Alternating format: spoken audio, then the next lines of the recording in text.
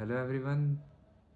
तो आज इस नए वीडियो के कंटेक्स्ट में मैंने अपने कॉलेज मेट चैतन्या को बुलाया। एआर बैच के रिगार्डिंग ये वीडियो बनानी थी, जैसा कि मैंने आप सबसे पोल में पूछा ही था। तो पहले चैतन्या की इंट्रोडक्शन ले लेते हैं। तो उसमें चैतन्या अपना नाम, पूरा नाम, कहाँ से वो आए हैं और अपने उसकी उसकी ब्रांच और क्या रैंक थी उसकी जेई एडवांस में, वो सब बताएगा एंड मेंस की रैंक भी बताएगा।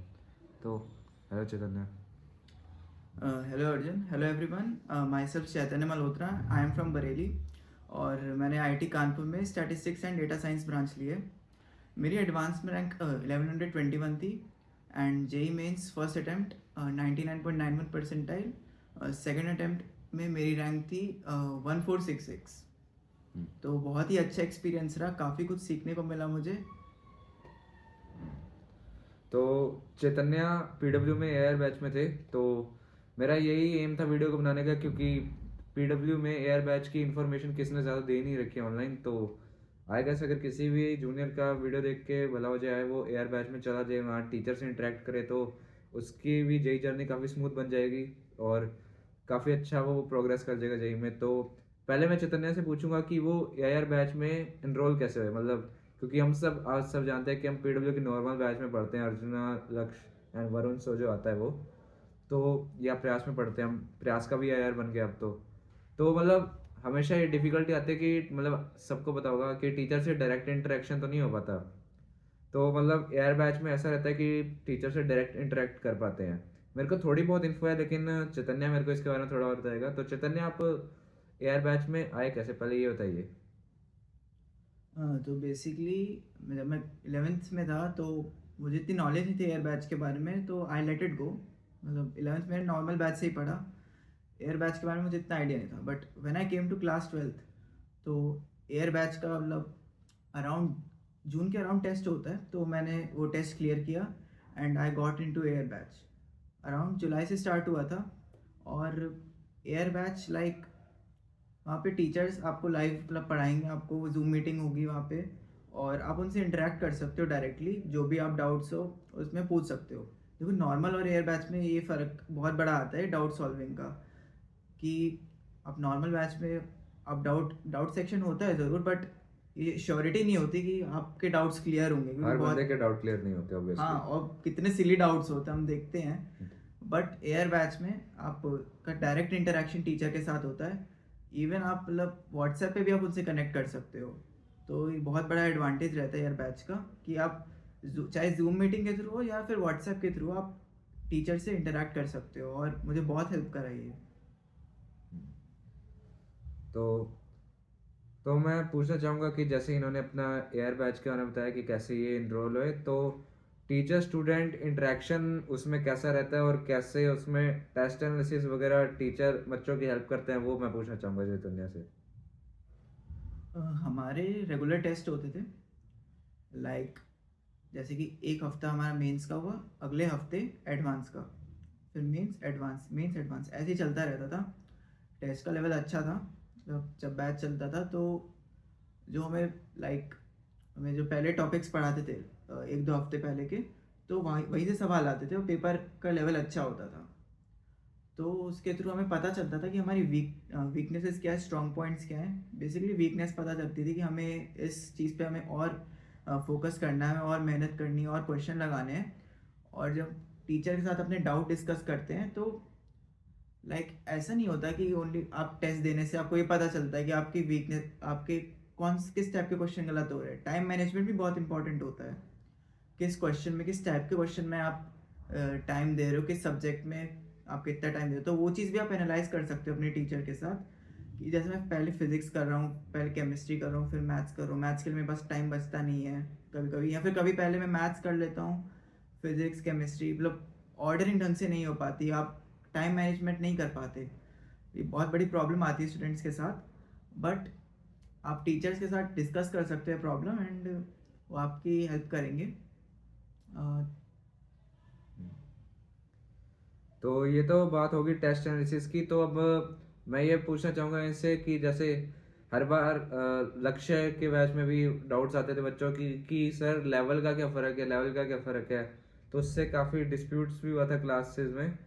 तो इसकी एक्चुअल रियलिटी क्या है वो तो मैं तो नहीं बता सकता, क्योंकि मैंने ओवरऑल लक्ष्य की क्लासेस फॉलो की थी और मैंने उतना ध्यान दिया नहीं एयर बैच पे। हालांकि मुझे टीचर्स का नाम पता है उन एयर बैच में, जैसे फिजिक्स में श्रीवेंद्र मिश्रा सर थे, ऑर्गेनिक में I think Rohit Agrawal sir थे, रोहित सर थे, और आईओसी में वही अमिताभ सर अमिताभ थे। सर थे। तो मैं चैतन्या से पूछूंगा कि क्वेश्चन लेवल्स का क्या फ़र्क रहता है और टाइमिंग्स ऑफ क्लासेस में क्या फ़र्क रहता है, वो चैतन्या बताएंगे। सी टाइमिंग्स हमारी अराउंड दोपहर के टाइम रहती थी, और लाइक 4 से लेकर 4 बजे से 8 बजे तक क्लासेस रहती थी हमारी। बीच में लाइक 5 मिनट का ब्रेक मिलता था, और मतलब हर दिन 3 क्लासेस होती थी हमारी। तो अगर लेवल डिफरेंस की मैं बात करूं तो ऑर्गेनिक में रोहित सर, चाहे वो एयर बैच हो नॉर्मल बैच हो, सेम सेम कंटेंट रहता है ना। और आईओसी में भी सेम ही कंटेंट रहता है, वो ज़्यादा डिफरेंस नहीं रहता।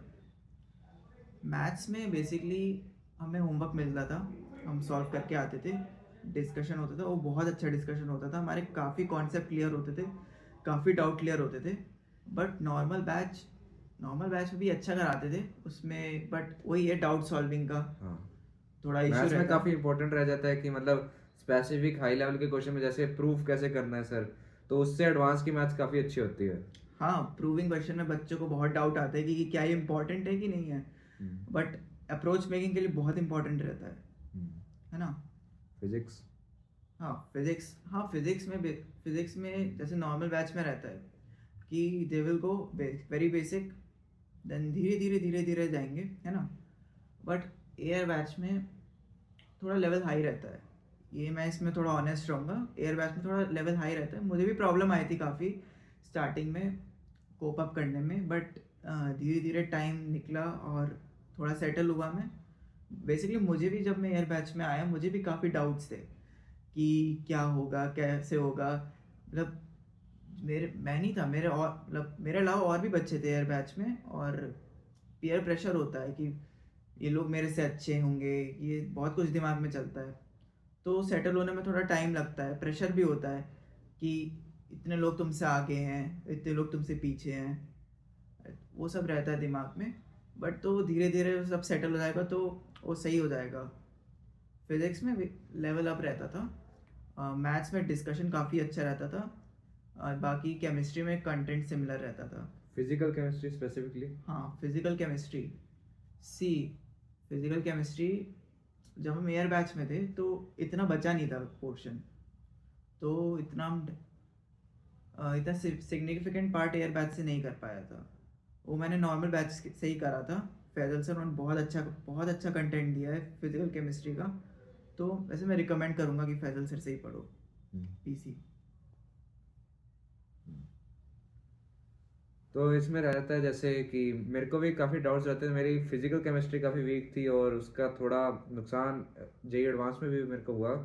तो ये अच्छी बात है कि मतलब ऐसे सब्जेक्ट्स में अगर जितना ज़्यादा डिस्कशन होगा डाउट सॉल्व हो गए, क्योंकि उसमें भी काफ़ी चीज़ें रहती है जैसे थर्मोडायनेमिक्स, इक्विलिब्रियम, उसमें नॉर्मल फॉर्मूले से थोड़े हटके जो सवाल होते हैं, तो ऐसे सवालों की डिस्कशन ज़रूरी है, वो बच्चा खुद नहीं समझ सकता, इतनी भी किसी की मेंटल कैपेबिलिटी हर किसी की नहीं होती। तो काफ़ी सही रहता है। एंड रिगार्डिंग जो फिजिक्स की बात चैतन्य ने कही, आई विश कि मैंने भी स्टार्टिंग से थोड़ा सा हाई पढ़ा होता, तो क्योंकि पेपर भी एडवांस 25 का उस हिसाब से एडवांस आया का था। हार्ड आया था पेपर। काफ़ी अच्छा पेपर बनाया था इस बार आईआईटी कानपुर ने। तो मतलब उसमें क्या रहता है कि अगर आपने पहले से उस लेवल तक आपने बेयर मिनिमम से उससे स्टार्ट नहीं किया तो वो नहीं पहुंच पाता। आप 80 नंबर तक तो चांस ही नहीं है पहुंच पाओ, आप 60 से अंडर में समाप्त हो जाओगे उसमें। तो वही रहता है कि फिजिक्स में तो आपको बिल्कुल बेसिक से आप पढ़ोगे तो उसका वही टाइम सबका लिमिटेड ही है, 2 साल ही है। तो आई प्रेफर कि अगर आपको थोड़ा बेटर बैच मिल सके तो वो काफ़ी बेटर रहेगा आपकी जर्नी के लिए। तो अब मैं बात करूँगा, तो इसमें जैसे जेई मेंस में फर्स्ट अटैम्प्ट होता है और सेकेंड अटैम्प्ट, तो उसमें रिजल्ट जो रहा, तो उसके बाद टीचर्स ने आपसे कैसे कांटेक्ट किया और एडवांस के लिए वो टीचर्स क्या बताते थे कि फर्स्ट अटैम्प्ट के बाद लग जाओ, सेकंड के बाद, या कैसे मतलब। ये बहुत इंपॉर्टेंट क्वेश्चन पूछा। बेसिकली हमें यही बताया गया था कि फर्स्ट अटेम्प्ट बहुत अच्छा देकर आना, क्योंकि बेसिकली ये रहता है अगर फर्स्ट अटेम्प्ट अच्छा नहीं रहा तो आपके पास प्रेशर रहेगा कि आपको सेकंड अटेम्प्ट में अच्छा करना है। और वो बीच का जो टाइम होता है वो बहुत इंपॉर्टेंट होता है एडवांस प्रेप के लिए। अगर आप उसमें ही मेंस के लूप में फंस गए, you will have just 1 month to prepare for advance which is not enough. तो you should have first attempt very good, बहुत अच्छा होना चाहिए फर्स्ट अटेम्प्ट। और मेरा फर्स्ट अटेम्प्ट बहुत मतलब स्कोर वाइज इतना अच्छा नहीं आया था, but I got a very good percentile in that. तो सेकेंड अटेम्प्ट मैंने बस ऐसे ही दिया था, free mind without any pressure, वो भी अच्छा गया था मेरा। और मुझे एक सिग्निफिकेंट अमाउंट ऑफ टाइम मिला था बीच में एडवांस के लिए कि मैं ओनली एडवांस ओरिएंटेड क्वेश्चंस करूँगा, मेंस में छूँगा ही नहीं। तो ये मेरी स्ट्रैटेजी रही थी। और जैसे उसने पूछा कि टीचर्स ने कैसे कांटेक्ट किया कि इस सब के बारे में, और मेंस के बाद क्या किया। एक्चुअली हमारा मेंस के बाद लाइक जब मेंस हो गए थे, 11 फरवरी को रिजल्ट आया था।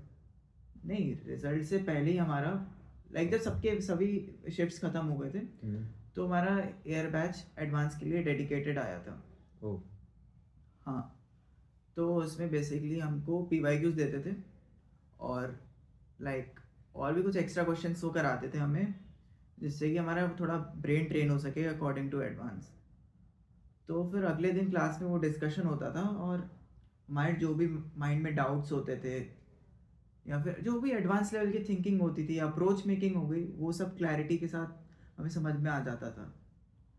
और आप डिस्कस कर सकते हो टीचर्स के साथ, उनको भी काफ़ी नॉलेज है, काफ़ी एक्सपीरियंस है उनको।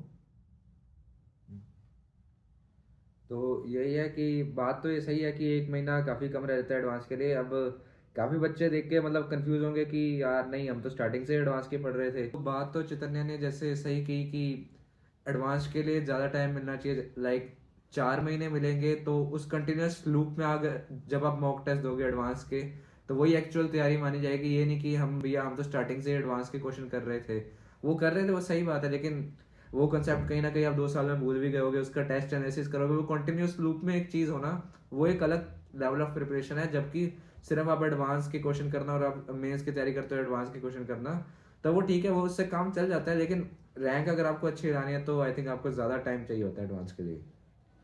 तो यही है कि मतलब अब मैं इससे पूछूंगा चैतन्य से कि कैसे मतलब एआई बैच में जैसे पहुंचे उन्होंने बताया, बट मैं जानना चाहूँगा कि एक्चुअल में इनका इंटरव्यू वगैरह कैसे सर ने लिया। कि हम सबको पता है कि इंटरव्यू ज़रूर होता है पहले एयर बैच से, तो ये उस बारे में बताएंगे। सी मेरा सबसे पहले टेस्ट हुआ था, I clear the test. Then उसके बाद हम लोग का इंटरव्यू हुआ था, और जिसने इंटरव्यू क्लियर किया उसे बैच दे देते थे, एयर बैच में सिलेक्शन हो जाता था। तो सबसे पहले मतलब मेरा केमिस्ट्री का इंटरव्यू था, और वो रोहित सर ने लिया। तो मतलब थोड़ा नर्वस था मैं उस समय कि कैसा जाएगा, हो पाएगा कि नहीं, क्योंकि रोहित सर ले रहे हैं, उनको मतलब हमें तो इतना कुछ आता नहीं, 11th उतनी अच्छी थी नहीं हम लोगों की। बट उन्होंने क्वेश्चंस पूछे, हम मैंने आंसर दिए, एंड आई थिंक उन्होंने शायद 5 या 6 सवाल पूछे थे, और शायद एक ही क्वेश्चन था जो मैं नहीं दे पाया था, तो बाकी सबके मैंने सही आंसर दे दिए थे। तो मेरा मतलब केमिस्ट्री का अच्छा गया था। एंड मैथ्स की बात करूँ तो मैथ्स में मेरा interview Sudarshan Bairagi sir, I think नहीं सुना होगा काफ़ी लोगों ने नाम, एयर बैच में मैथ्स के टीचर हैं। तो उन्होंने मतलब वो हमें पढ़ा, उन्होंने हमें एयर बैच में मैथ्स पढ़ाई थी, वो बहुत अच्छे टीचर हैं। मतलब वो हमको होमवर्क देते थे, और वो मतलब वो टीचर 15 मिनट में पूरा डिस्कस कर देते थे, उसमें सारे डाउट हमारे क्लियर हो जाते थे क्लास की स्टार्टिंग में ही। तो उनकी बहुत प्लस पॉइंट था। तो उन्होंने मेरा मैथ्स का इंटरव्यू लिया था।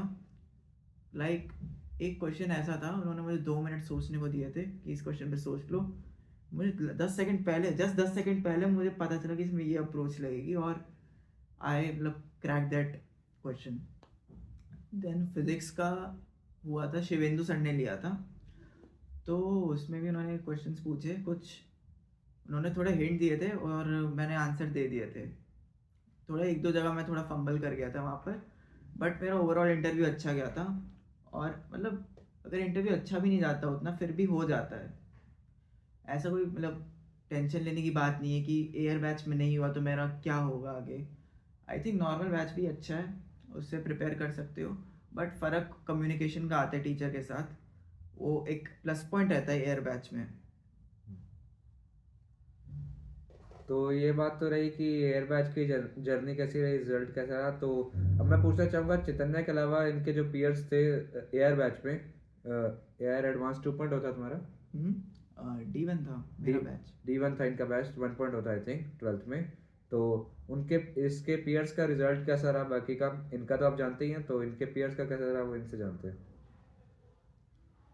मेरे जो बैच के 3 पीरियड्स हैं वो आईआईटी कानपुर में है। एक की ब्रांच एमटीएच है, एक इलेक्ट्रिकल का है, एक बसबे से है। और अपना जो एक और बैच आया था, लाइक जैसे हमारा D1 बैच आया था इन जुलाई, और 11th क्लास में जो एयर बैच में थे उनका D0 बैच था, उनका रिजल्ट बहुत अच्छा आया। Like many people are there in IIT Delhi. उस बैच से यहाँ भी कुछ लोग हैं आईटी कानपुर में, एक की एमटीएच ब्रांच है, और काफ़ी अच्छा रहा है एयर बैच का रिजल्ट।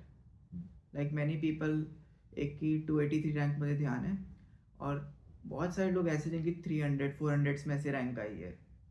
तो काफ़ी अच्छा रिजल्ट रहा है। हाँ तो ये बात तो होगी। एंड जब मैं रिजल्ट सेलिब्रेशन पे भी गया था तो इनको ये फायदा फायदा तो इससे आई थिंक पता नहीं क्या सकते हैं नहीं, बट एयर बैच वालों को पहले से ही रिकॉग्नाइज वगैरह कर रखते हैं। तो मतलब वो काफ़ी अच्छा लगता है, मतलब टीचर्स पहले से ही जानते हैं।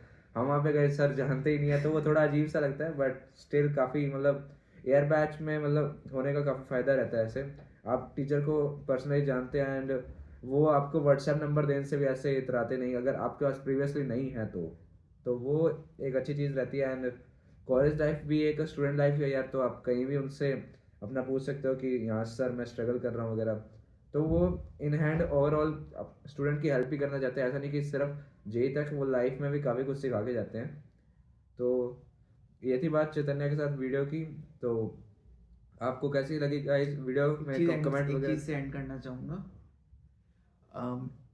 लाइक हमारे में टीचर्स के साथ ग्रुप बनता था बच्चों का, तो मतलब जितने भी बच्चे थे ना एयर बैच में, उनसे काफ़ी अच्छी फ्रेंडशिप हो गई, जिससे हमारी connectivity like IIT Bombay, IIT Kharagpur, IIT Indore, IIT Delhi, IIT Mandi, IIT Guwahati, even NITs में भी काफ़ी अच्छी अपनी कनेक्टिविटी बिल्ड हो गई है। तो बहुत एडवांटेज रहा हमारा कि अलग इंडिया के अलग अलग जगह से लोग आए, वहाँ पढ़ रहे हैं ऑनलाइन। तो ये काफ़ी अच्छा मतलब एक्सपीरियंस था मेरे लिए। तो चलिए इसी नोट पे वीडियो को एंड करते हैं, मिलते हैं आपसे नेक्स्ट वीडियो में, तब तक के लिए जय श्री राम।